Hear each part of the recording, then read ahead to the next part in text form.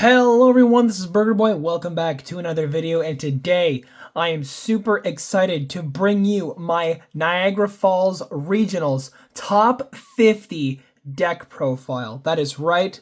Over this weekend, I went to Niagara Falls Regionals qualifier and came in 49th place. I am very happy with myself. There was 238 people participating in the main event, and I'm really happy with how I turned out, and I'm really excited about this deck and showing you what changes I've made since the Alliance Insight support came out, as well as go over the combo again and some other cool things you can do with this deck. So let's get straight on into it.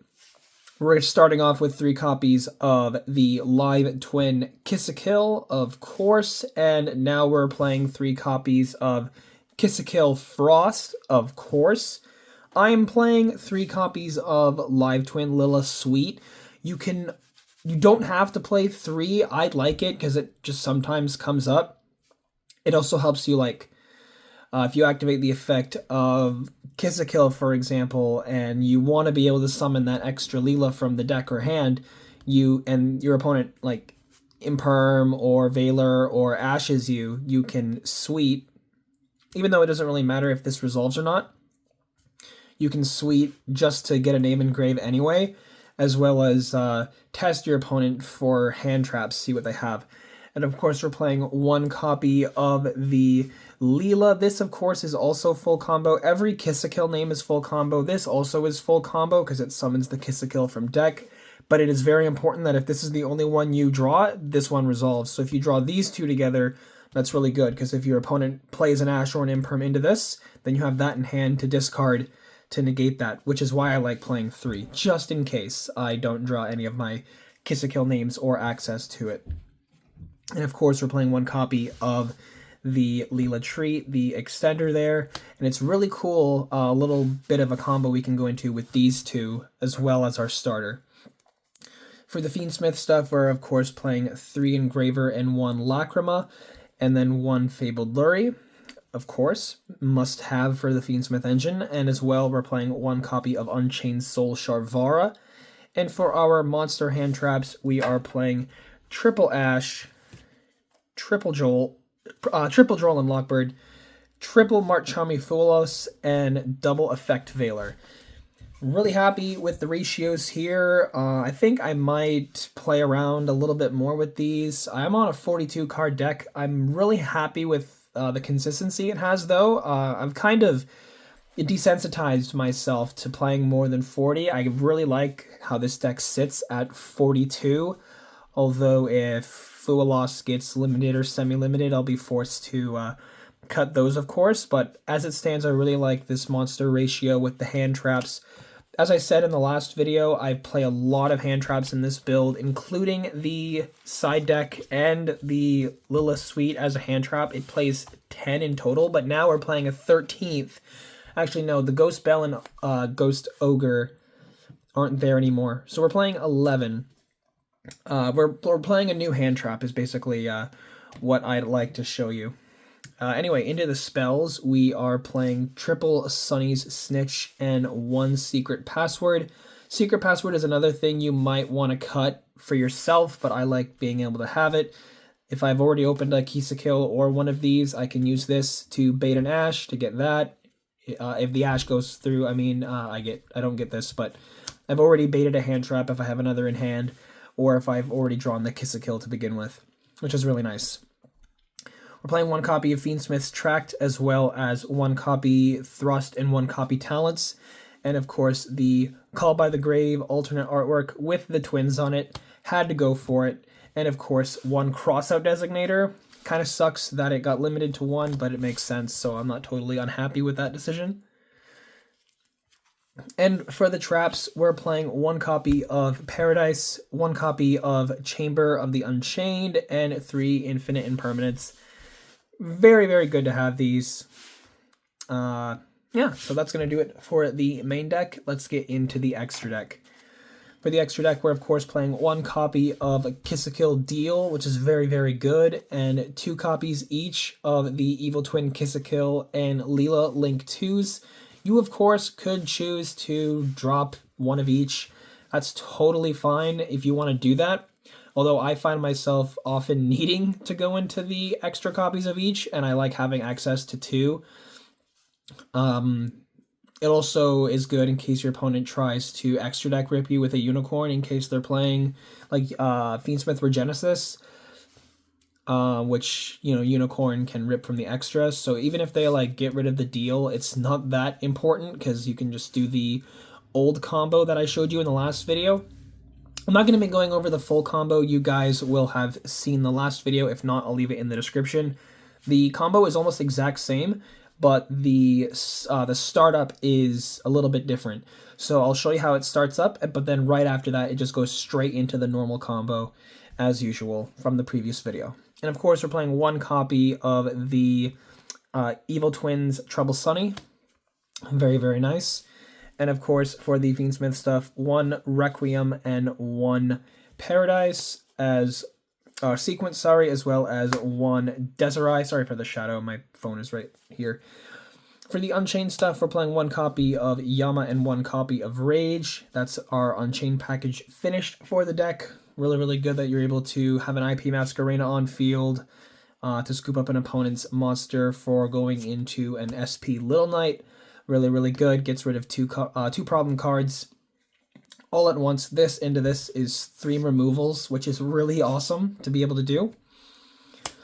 Muckraker of the Underworld. I really love playing this card. One of my favorite things about this deck is if your opponent forces you into a situation where Muckraker is your out.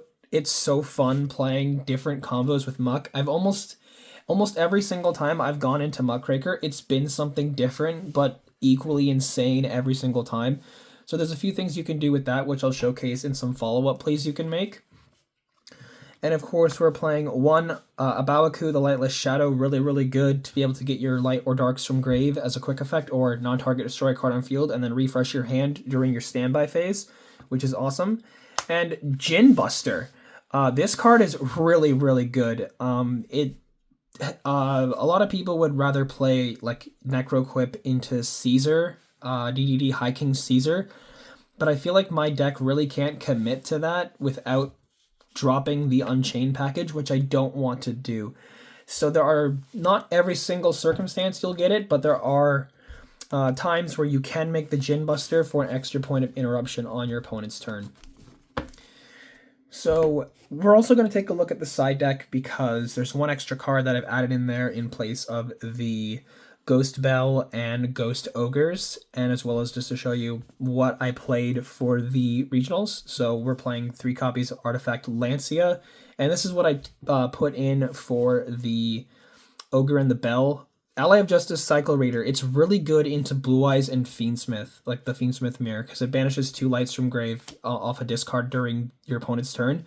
So if your opponent activates sequence or your opponent summons sequence, you can just activate this and get their targets out of the grave before they can use its effect, because it shuffles back for cost. So you need to remember that you don't, or I believe it shuffles back for cost. I can't remember. It never came up for me. So I could usually just check, but I'm too lazy. 2 copies of Nibiru the Primal Being, really, really good into Malice. You gotta nib them or they just go insane, and sometimes they can even recover. It's kind of scary, honestly. And of course, we're playing 1 copy of the Evil Twins, Kiss a Kill and Layla, out of principle, and it is the Genesis Impact Collector's Rare, so I had to. And all the other Live Twins and Evil Twins are the Genesis Impact Original Collectors or Starlight Rare, except for the Frost and the Treat. I don't have like $500 to drop on those cards at the moment. And then for our spells and traps and our extra deck monsters, Double Lightning Storm. This might be the next to go, honestly, because back row decks aren't that relevant right now, but there are 2 players mainly who bring a lot of Labyrinth to locals from time to time, so I have this in there just in case. D-Barrier can be a 1 card like kill against almost any deck that's not Link. If your opponent is playing something like Mitsurugi, they can't get their Ame or the Habakiri out, so this is really good into that. Obviously really good into Blue Eyes, Call Synchro, Ryziel Call Xyz, and I guess, branded or something, call fusion, if you're cool with sacrificing your Desiree to keep them from doing that, or just against the Fiendsmith mirror call fusion, you still have a lot of interaction with your link monsters, so that even this is good against a mirror match. And then for the extra deck monsters, we're playing one copy of Agnum Day, one copy of Unicorn, and one copy of Goddess.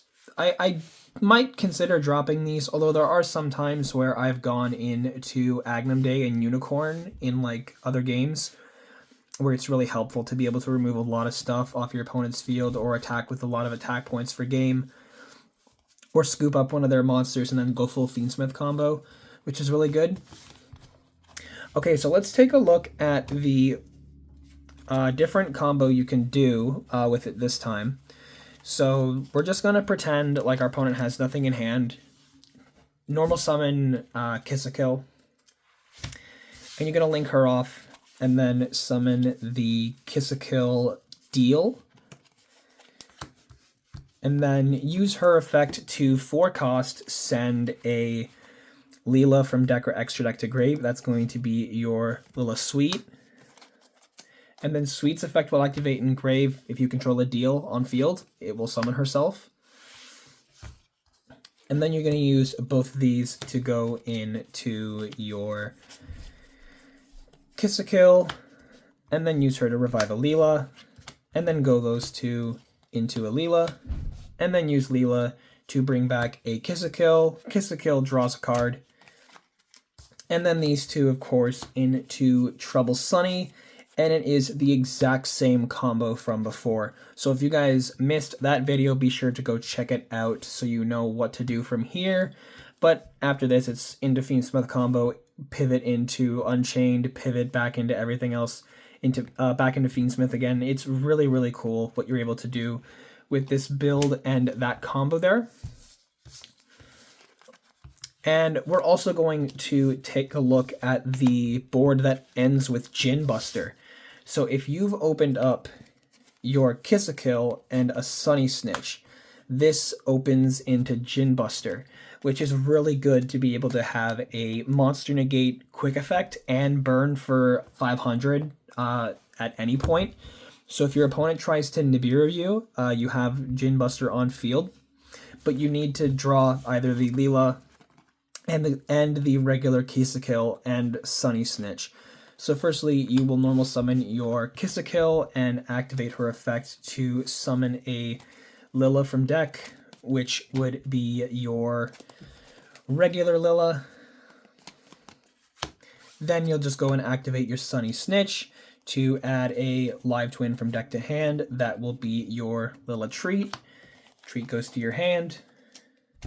And then you'll special summon Sweet off her own effect because you control a Kiss a Kill on field. She's basically like a sprite in that way. And then you'll just use these two to make Djinn Buster, which is awesome. And then, of course, the Kiss a Kill on her own goes back into your full combo, which is great.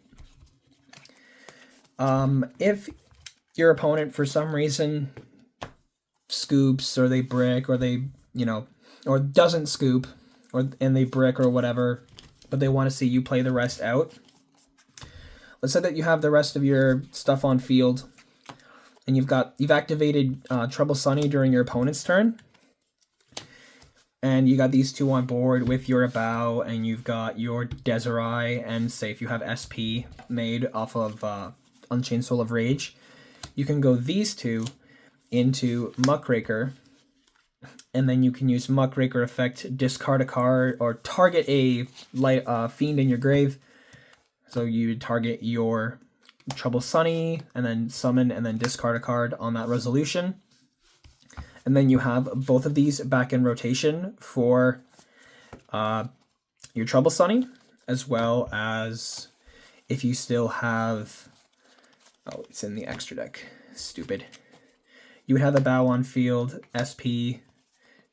Desiree with sequence. Let me check while I'm here. Fusion summon material shuffling.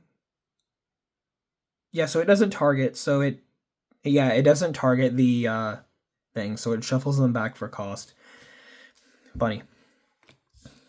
I could be wrong on that. It's never come up for me where that would have happened. So you have this. And then you can use this effect again.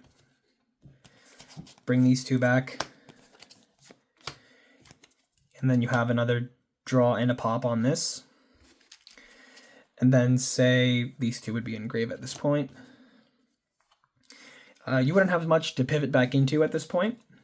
But let's say that you decided, for whatever reason, to side out your Djinn Buster, right?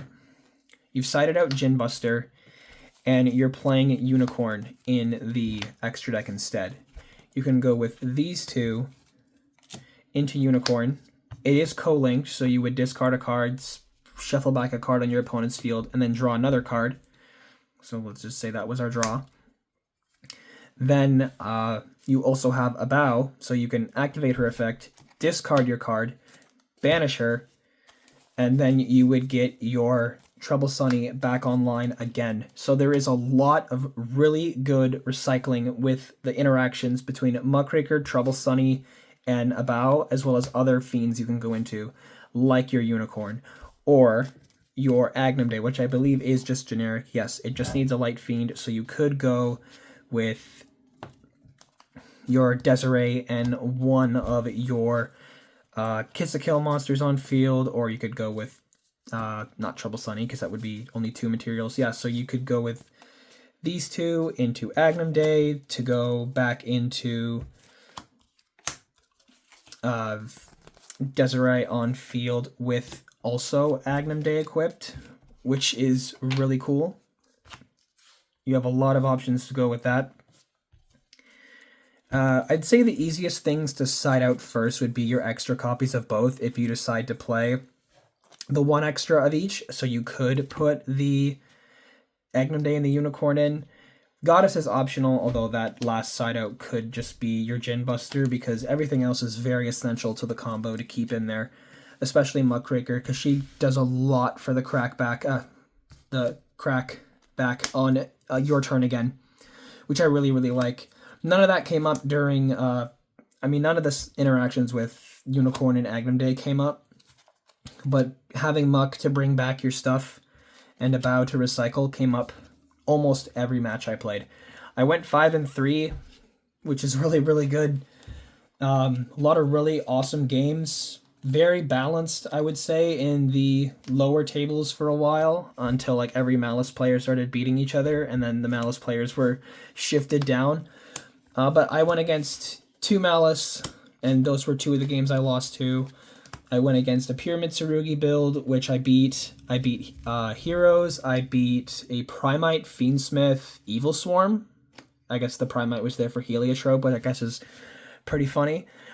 And I also lost to a Mitsurugi Ryziel build, and I got one of my rounds for free because my opponent dropped or didn't show or something. So I guess I shouldn't really say I went 5-3. I beat, what was it? Regenesis Cached Hero with this pretty good. But I'm gonna be honest with you guys. They also beat me, but their brother was dropping, and they're like, yeah, you know what? I'll drop 2. You can have it. So, did I really go 5-3?